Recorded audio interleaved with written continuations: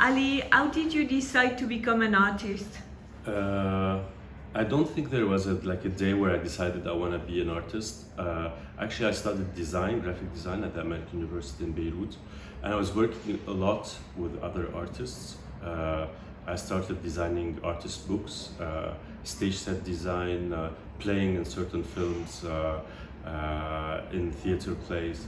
So I slowly drifted from design into art. So I don't think it was ever like a clear decision. And actually I resisted a lot the idea of saying I'm an artist. It took me a lot of time to accept this idea and to think that yes, I am an artist. But when you were, if you are born in a city where the war is there all the time and death, the idea of becoming an artist is something very special, no? In your background, there were some artists in your family. Did you go to any museum? Did you have any contact with the art? Not at all. Actually, I don't come. There's no artist in my family. Actually, took a lot of time for my parents to understand what I do. The first time maybe they saw my work in an exhibition in Beirut was like 5-6 years ago. What do your parents? My mother, she's a teacher, for a kindergarten teacher, and my father, he sells fabric cloth, but they're both retired now. So I wasn't meant at all to become an artist, but of course there's a sense of urgency, this idea of living in a city that's constantly being destroyed and reborn and shaped. And at the time, especially the post-war period in Beirut was a very active and very interesting period in terms of art production. What we call the Lebanese, post-war art scene, with artists like Akram Zaatari, Walid Raad, benhamou-huet, Lina Majdelani. So all these artists that created what was at the time called, the Lebanese art scene. So I was very close to them. I'm like one generation younger, but I was hanging out with them. And it was, I think, what was interesting is the whole question of reconstruction of the city, the post-war, the question of trauma, the question of writing history after a catastrophe, the possibility of producing historical knowledge. All these discussions were actually happening in the field of the arts much more than in the political arena. And we are in your studio, and we can see that, and we said it too, death is around, but not in such a dramatic way. You think about death a lot, right? Because we see the Marcel Proust portrait on his deathbed, which is following you since a long time, and we see dead birds. Yeah. And so tell me.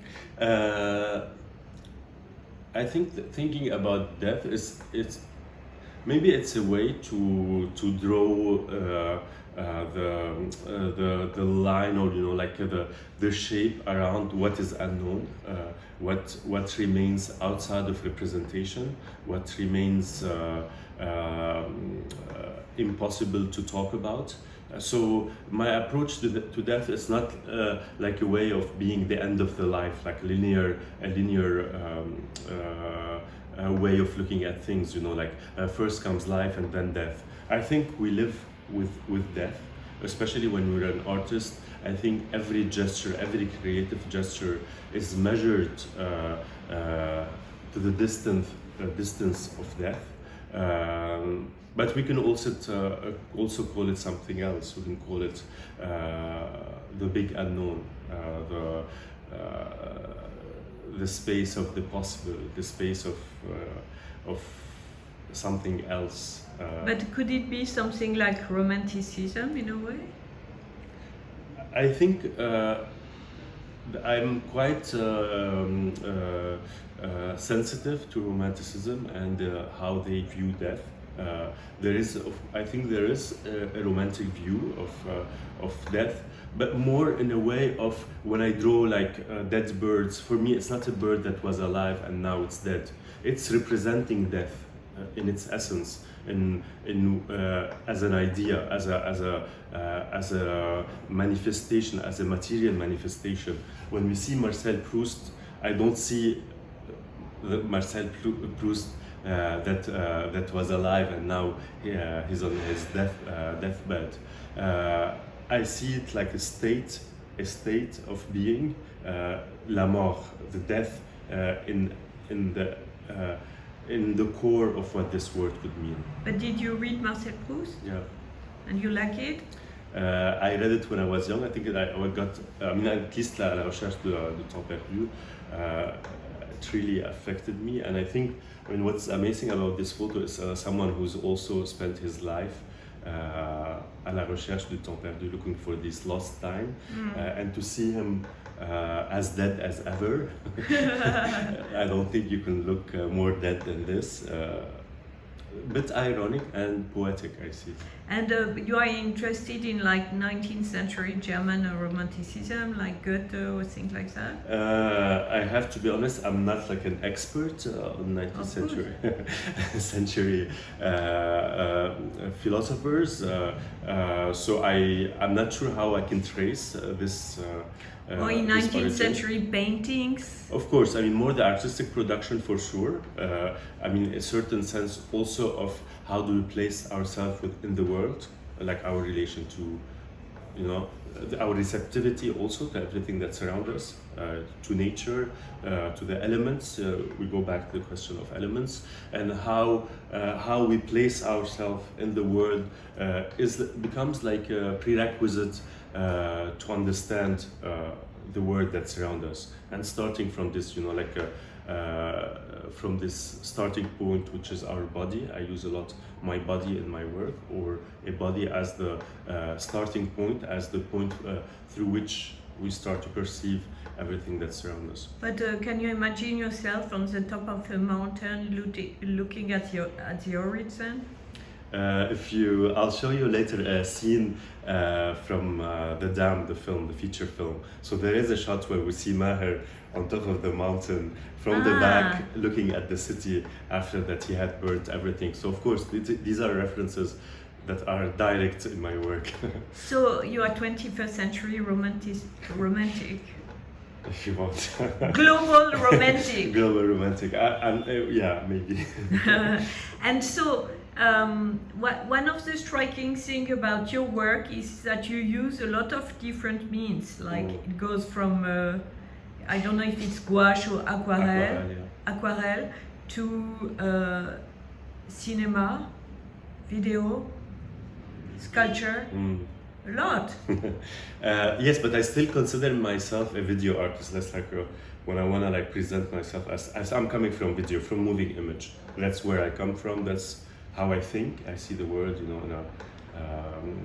in time, image in time. Motion. In motion, exactly. And that's how and all these projects always start with a film. So it's always the genèse, the starting, the birth of these projects is always image in motion. So why did you decide to create the kind of statue coming from Gilgamesh and all that? Yeah. For the Biennale, Venice Biennale. Yeah. So the project started actually by coincidence, where I met these brick makers. They do mud brick in northern Sudan near the Nile, near this dam, Marawi Dam, and I was fascinated by this activity of transforming earth and water into a material of possibilities. It's really the coming together of these two elements, where it becomes the materiality through which everything is possible. The emergence of a new world, the emergence of new creatures. So I shot this film. So there's the 3-channel video installation called of Men and Gods and Mud. But also worked on this feature film called The Dam.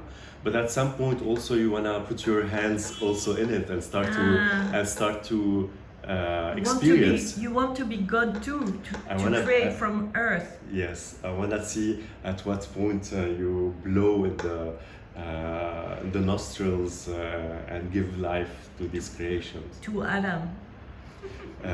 We all play God, at least artists want to play God, so yeah. Yeah. And what about your intervention with the National Gallery in London? Yeah. Because it did not begin with video, right? No, I mean, that was quite particular. So I was invited to be an artist in residence at the National Gallery.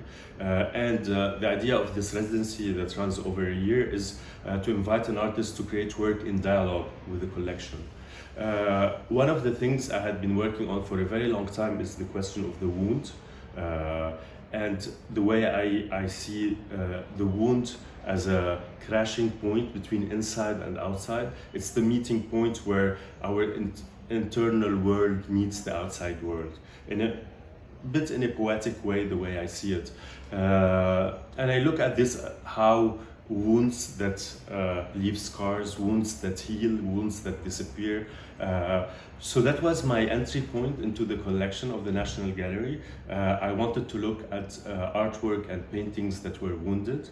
So I was working on paintings that were vandalized, when someone walks into the museum and decide to destroy a work of art, sometimes for political reasons, sometimes just the work of someone who's... You took 5 works, right? Exactly. So I worked on 5 paintings that were damaged, that were vandalized, and through the research I got interested how the press used to cover these attacks, because the National Gallery they have in their archives all the press that was published each time after attack. And to give the example of the Rokeby Venus, you know, the famous attack of the Rokeby Venus by the suffragettes, all the articles describe Venus, you speak about the wounds and the bruises and the scars of Venus. And it's like violence all of a sudden transformed this canvas, this 2D canvas, into a living skin, into a living body that we have to take care of. So I'm interested in how violence transform something even in the aura of these works. And the project was really geared on the institutional response to these attacks. But if we speak more down to earth, from your observation of the reaction, what did you do? Of the reaction to... of the media and all that to the aggression. So what did you do? You created some pieces. Yeah, it's actually what I was interested in is actually how the institution reacts to these attacks. So the policy of the National Gallery is we never talk about it. They never show any image of painting that were attacked, and it's never part of the cartel on the wall. It's like their policy is silence, as if it never happened. And what I was proposing is we cannot unwrite violence. Once we are subject to violence, whether us or even a work of art, there's something that changes in the core of who we are. And this story has to be part of the story of these artworks. So what I created these cabinets, these 5 cabinets, each one related to one of the paintings, where I translate the painting into the space of the cabinet, sort of like a curiosity cabinets, you know, or like a 3D translation of the painting, where violence, the story of violence, is an integral part of the history. So you created some shapes, speaking about that. Yeah, but also trying to think what changes. What violence did to these paintings. So it's a reflection on how did violence affect these works of art. And what you speak about violence after all and not love, for example, which is as important, no? Because love also affects the body, the background. I think because it's the question of how to deal. Maybe it's like how to deal with trauma, how to the possibility of talking about trauma, of of giving shape to our suffering, maybe. I know it's my own personal experience, and I try. It's a reflection on how we as human beings deal with that. So I'm very, I love love. I'm someone very, in my daily life, someone very doux. Et donc to all these questions of violence, maybe it's a way also of dealing with trauma. Okay, and what about the Venice thing? Because you had a silver lion. Yes, that was a nice surprise. I don't know what else to say about this. I mean, no, I mean, I was very happy that, especially for this project, that got this recognition. Because I've been working on this project since 2017. I started going to Sudan and start to work and prepare this project. 2017 we went to shoot 2019. Then there was a revolution in Sudan. There was a coup d'etat that ended 30 years of dictatorship, so we had to stop and leave the country. Then we had to put everything together the next year, and then COVID happened, and then we had to reschedule everything. So it's been a project that's been with me, and I've been working on for more than 5 years. So it's quite nice to get this kind of recognition after all this hard work. And it was a coincidence that the feature film The Dam was screening. I got selected to screen at the Cannes Réalisateur in Cannes almost at the same time with Venice. So it was the end of a cycle where both work with a lot of success. No, I'm quite happy with how it's a lot now happening. Yes. And what's the next step?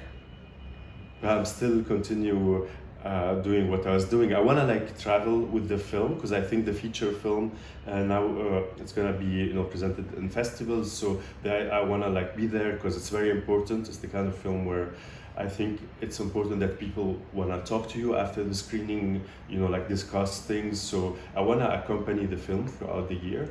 I still have other projects that I had put a bit on hold because of everything else. So now I'm picking up again the rest. But these sculptures that I started working on in Venice, this is also a beginning of a new work that I want to create, sort of this army of these mud creatures, creating this characters that seem they're coming out of a mythological tale or a political fable. But it's a puzzle.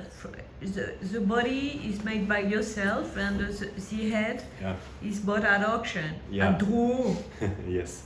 I'm interested in literally giving back a body to these fragments. So going back to the idea of playing God. So I look for these fragmented bodies, these destroyed bodies, these suffering bodies, if you want, and how to give them a body, give them back so they become whole again. It's important for me to start from an existing thing, something that comes with its own history, or with its own also economic, condition of being, at an auction sale, where I consider, my fascination with auction is also coming from the way I see it is how desire fluctuates in real time around these objects. The more an object is desired, the higher the price can get, and everything plays in 10 seconds, and you have to be very quick. So there's all of a sudden a hype around a certain object or some other objects that no one's interested in, and just goes back to the storage. So it's like watching in real time how our desires could be built, and how but you assist to the auction, you go? Yeah. But we don't see any head here. There's one. There is these two cases are full of objects. Ooh la la! And luckily we can't see. So yeah, and the work actually, because I've done a lot of work or installation using these historical objects. Yes. So some of these are already in museum collections. So And so, what is your next dream? Last question. my next Dream. dream. Do you have dreams? Of course, I have dreams.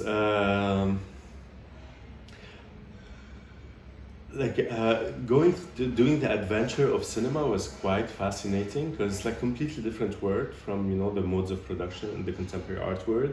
I want to make my next film. Already. Yes. And you do need to be more shown in France. Yeah. I think so. Bon, merci beaucoup. Merci à vous.